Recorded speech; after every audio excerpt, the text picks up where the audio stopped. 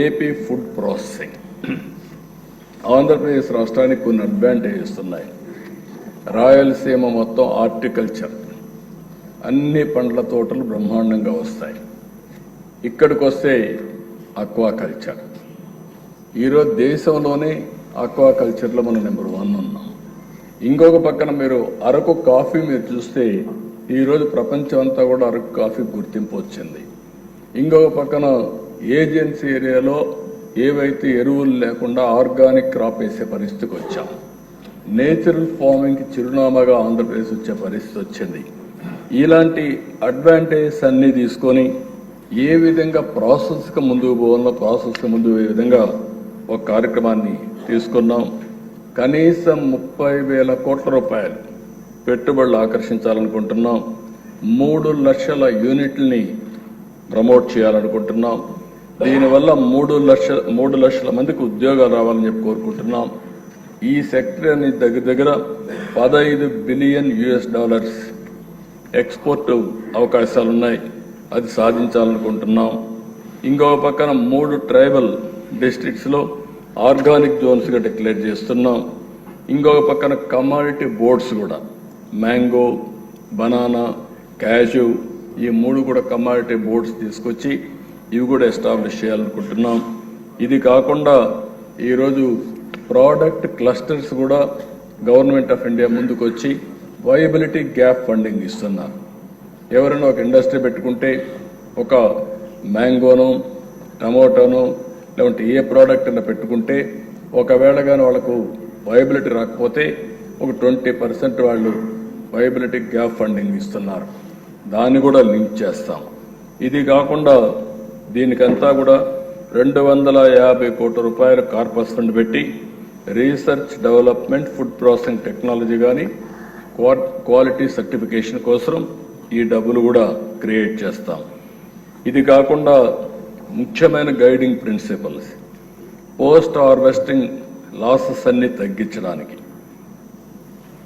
రైతుల ఆదాయం పెంచడం, టెక్నాలజీ ట్రాన్స్ఫర్ చేసి మార్కెట్ అసిస్టెన్స్ కూడా ఇచ్చి వాల్యూ చైన్తో ముందుకు పోవాలని చెప్పి ఆలోచన.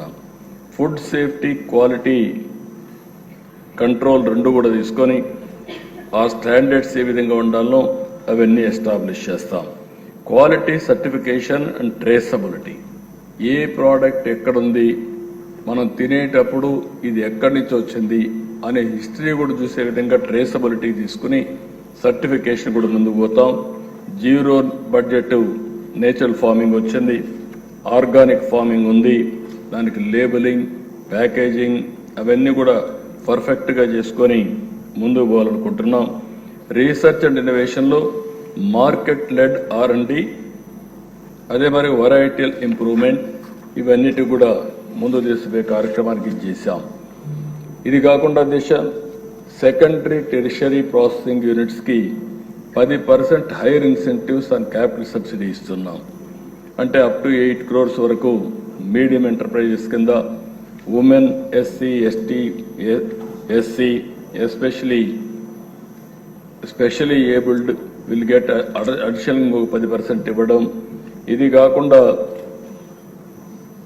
100 కోట్ల రూపాయలు కంటే కూడా ఎక్కువ ఇన్వెస్ట్మెంట్ పెడతామంటే ఫుడ్ ప్రాసెసింగ్లో వాళ్ళకు స్పెషల్ ఇన్సెంటివ్స్ కావాలంటే ప్రాజెక్టు మాట్లాడతాం. అదనపు ఇన్సెంటివ్స్ ఇచ్చి దాన్ని కూడా ప్రోత్సహిస్తామని చెప్పి కూడా నేను మీకు తెలియజేస్తున్నా.